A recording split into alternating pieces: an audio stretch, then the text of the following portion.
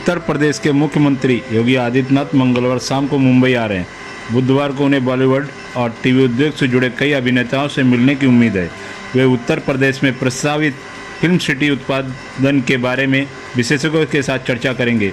योगी UP से film city में आएंगे ताकि मुंबई के लोग आ जा सके, जुड़ सके और निर्देशकों निर्माताओं की राय लेकर यहां फिल्म का काम शुरू कर सके। दिल्ली से सटे ग्रेटर नोएडा में फिल्म सिटी का निर्माण के लिए जगह भी आवंटित की गई है।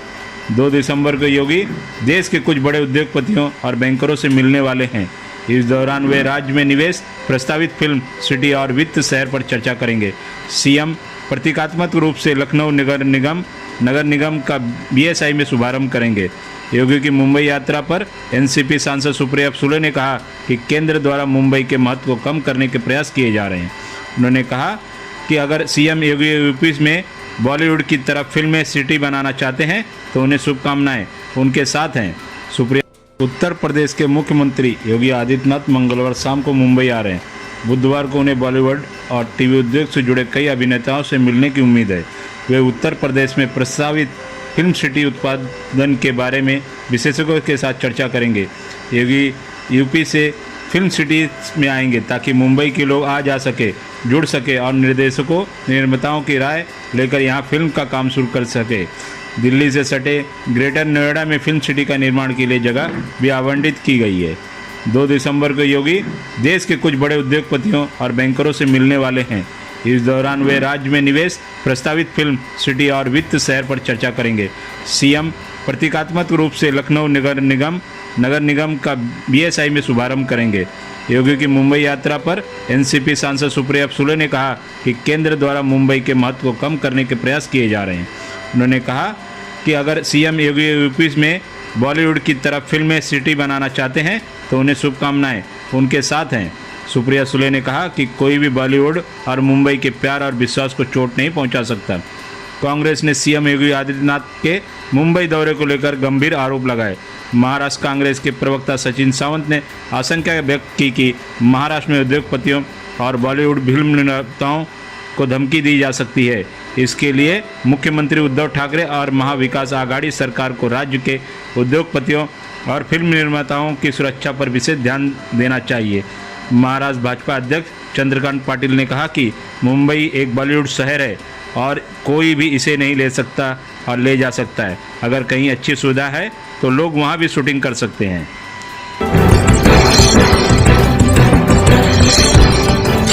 महाराष्ट्र में ही नहीं बल्कि पूरे देश और दुनिया में साईं बाबा को पूजने वाले लोग हैं। देश के कोने कोने से लोग महाराष्ट्र में शिरडी में साईं बाबा के दर्शनों के लिए आते हैं।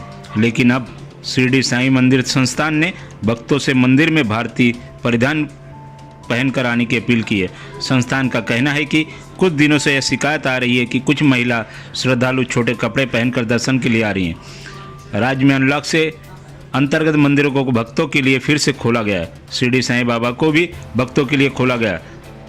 मंदिर में भक्तों की अपार श्रद्धा होने की वजह से यहाँ काफ़ी भीड़ उमड़ रही है।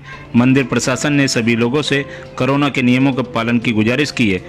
मंदिर ट्रस्ट ने सभी भक्तों से मंदिर परिसर में सिर्फ भारतीय परिधानों को ही पहनकर आने का अनुरोध किया है।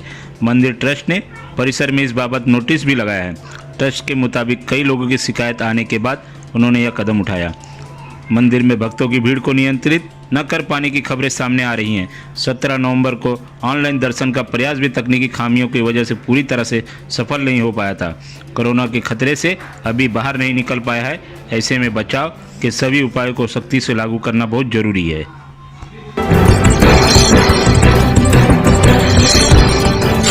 महाराष्ट्र की 6 विधान परिषद सीटों पर मतदान जारी है। उद्धव ठाकरे की अगुवाई वाली महाविकास आघाड़ी की सरकार बनने के बाद यह उनकी पहली चुनावी परीक्षा है। आज राज्य की 3 स्नातक और 2 शिक्षक और 1 आरक्षित सीट के लिए मतदान हो रहा है।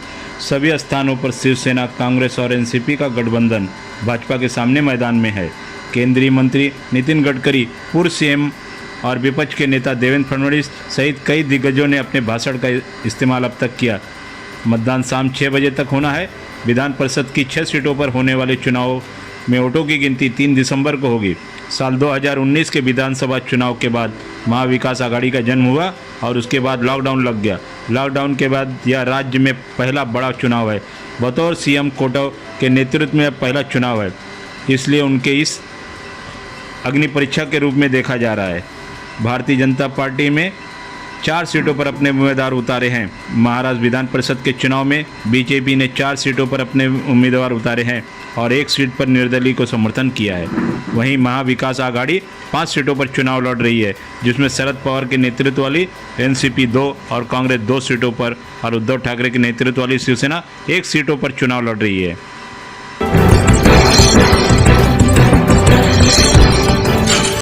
धर्मनिरपेक्ष का मतलब धर्म से नफरत करना नहीं है। मैं जन्म से हिंदू और कर्म से हिंदू हूँ। मैंने हिंदू धर्म का अध्ययन किया है और 9 साल की उम्र से योग का अभ्यास कर रही हूँ। उर्मिला मातोंडकर आज शिवसेना में शामिल होने के बाद उन्होंने शाम 4 बजे प्रेस कॉन्फ्रेंस की। प्रेस कॉन्फ्रेंस में उर्मिला ने कई मुद्दों पर अपनी स्थिति स्पष्ट की। मैं ट्रोल का स्वागत करती हूँ। ट्रोल में एक पदक पर विचार करता हूँ। ट्रोलर्स हमेशा मुझे दिखाते हैं कि मैं सही रास्ते पर हूँ। उर्मिला ने कहा, मैं मराठी हूँ और एक कदम आगे बढ़ने के बाद पीछे नहीं हटूंगी। मुझे कांग्रेस पार्टी छोड़े हुए 14 महीने हो चुके हैं। मैंने यह नहीं कहा कि जब मैं पार्टी छोड़ी तब राजनीति छोड़ दूंगी। कांग्रेस छोड़ने के 14 महीने हो चुके हैं। इसलिए यह मुद्दा पुराना है, दर्ज किया गया। उर्मिला ने कहा कि महाविकास आघाड़ी के काम की भी सराहना की। उन्होंने 1 साल में महाविकास आघाड़ी सरकार का बहुत अच्छा काम रहा। उद्धव ठाकरे राज्य के लोग उन्हें मुख्यमंत्री के रूप में नहीं बल्कि परिवार के मुखिया के रूप में देखते हैं। उन्होंने महाराष्ट्र को आगे बढ़ाया और मैं उनके नेतृत्व में काम करना पसंद करूंगी। शिवसेना का महिला मोर्चा बहुत मजबूत है। मैं उनका एक हिस्सा बनने के अवसर के लिए आभारी हूं। मैं एक शिव सैनिक के रूप में आई हूं और एक शिव सैनिक के रूप में काम करूंगी। उर्मिला ने कहा, आज बॉलीवुड उत्तर प्रदेश के मुख्यमंत्री योगी आदित्यनाथ से मुंबई में बॉलीवुड अभिनेताओं और निवेशकों की मुलाकात के मुद्दे पर भी अपने विचार व्यक्त किए। उर्मिला ने कहा, अगर यदि आदित्यनाथ मुंबई आ रहे हैं तो आपका स्वागत है। आप उन्हें जय महाराष्ट्र बता सकते हैं। मुझे ऐसा नहीं लगता कि उन्होंने कहा है। मुझे मुख्यमंत्री का विचार पसंद आया। मुझे उद्धव जी का फ़ोन आया। उन्होंने परिवार के सदस्य की तरह मुझसे बात की। विधान परिषद की सामाजिक और सांस्कृतिक स्थिति समृद्ध है। हमें उस विरासत को बढ़ाने के लिए आना चाहिए। उद्धव ठाकरे, मुझे यह विचार पसंद आया। उर्मिला ने कहा,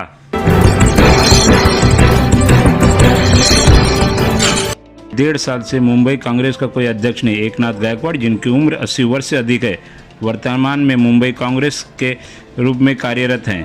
पिछले 1 साल से कांग्रेस कार्यकर्ता सुन रहे हैं कि मुंबई और महाराष्ट्र के अध्यक्ष बदले जाएंगे। हालांकि कांग्रेस कार्यकर्ताओं में नाराजगी की एक तस्वीर है, क्योंकि इन दोनों अध्यक्षों की नियुक्ति अभी तक खत्म नहीं हुई। बाला साहब थोरात को महाविकास आघाड़ी में मंत्री का पद दिए जाने के बाद पार्टी ने पूरे समय संगठन के लिए काम करने के लिए महाराष्ट्र में अध्यक्ष नहीं बनाया। लोगों को गलत संदेश जा रहा है कि कांग्रेस का शीर्ष नेतृत्व खुद पार्टी के विकास के लिए कुछ नहीं करना चाहते। भले ही पार्टी हर जगह पीछे हो रही हो। महाराष्ट्र कांग्रेस प्रभारी 3 दिन के दौरे पर मुंबई आ रहे हैं। वह कल सुबह 10 बजे से दोपहर 1 बजे तक यशवंतराव चौहान प्रतिष्ठान में राज्य के दलित नेताओं के साथ विचार विमर्श करेंगे। महाराष्ट्र कांग्रेस के प्रभारी 8 बार महाराष्ट्र का दौरा कर चुके हैं और सभी महत्वपूर्ण पदाधिकारियों के साथ चर्चा भी कर चुके हैं।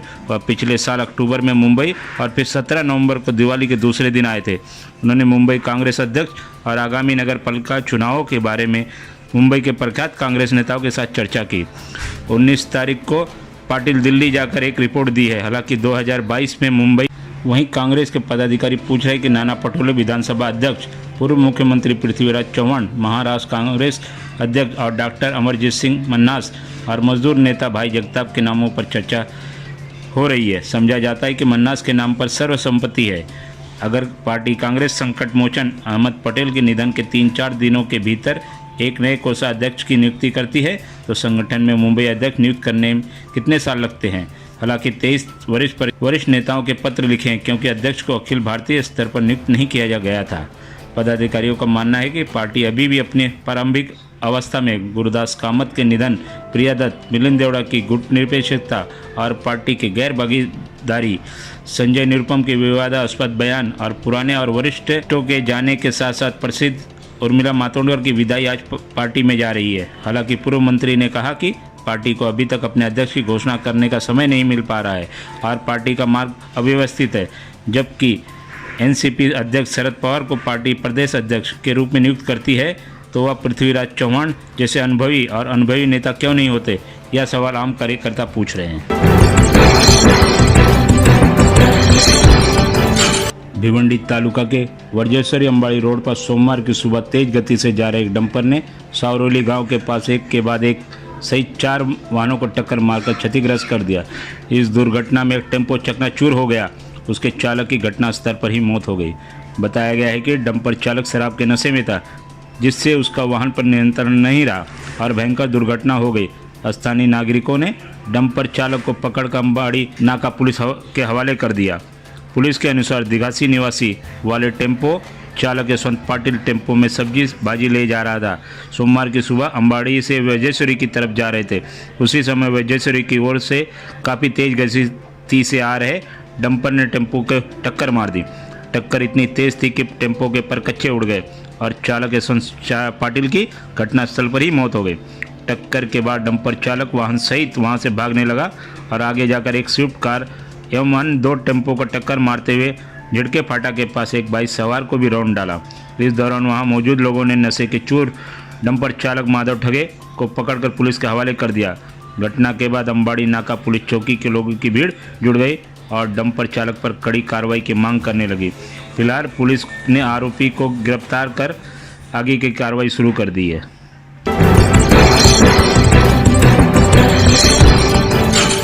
यशस्विनी महिला ब्रिगेड के अध्यक्ष रेखा भाव साहब जरे पाटिल की धारदार हथियारों से गला काट कर हत्या कर दी गई। अहमदनगर पुलिस के मुताबिक सोमवार देर शाम अहमदनगर पुणे हाईवे पर किसी अज्ञात शख्स ने हमला किया। रेखा अहमदनगर की प्रभावशाली महिला नेता मानी जाती थी। उन्होंने कई सामाजिक मुद्दों को उठाते हुए आंदोलन किए थे। रेखा राष्ट्रवादी कांग्रेस पार्टी में भी सक्रिय थी। उनकी हत्या के बाद अहमदनगर में भी तनाव की स्थिति है। पुलिस फिलहाल इसे रोड रेज का मामला मान जांच आगे बढ़ा रही है।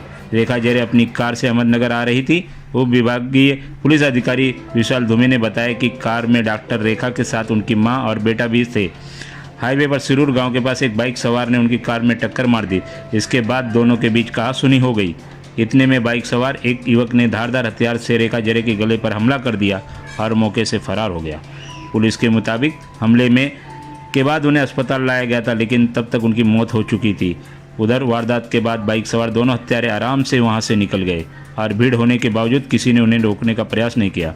पुलिस के मुताबिक बाइक सवार की तलाश के लिए दोनों टीमें गठित की गई हैं। दोनों टीमें बाइक सवार की तलाश में जुट गई हैं। हाईवे पर लगा सीसीटीवी कैमरे के फुटेज खंगाली जा रही है। अभी पुलिस को कोई बड़ा सुराग नहीं मिल पा रहा है। पुलिस अब इस बात की जांच कर रही कि हमला पहले से प्रायोजित था या आवेश में किया गया।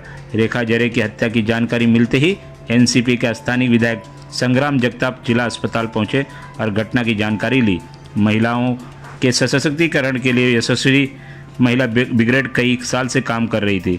समय समय पर संगठन ने महिलाओं के विभिन्न मुद्दों को उठाते हुए पुणे और अहमदनगर में प्रदर्शन भी किए।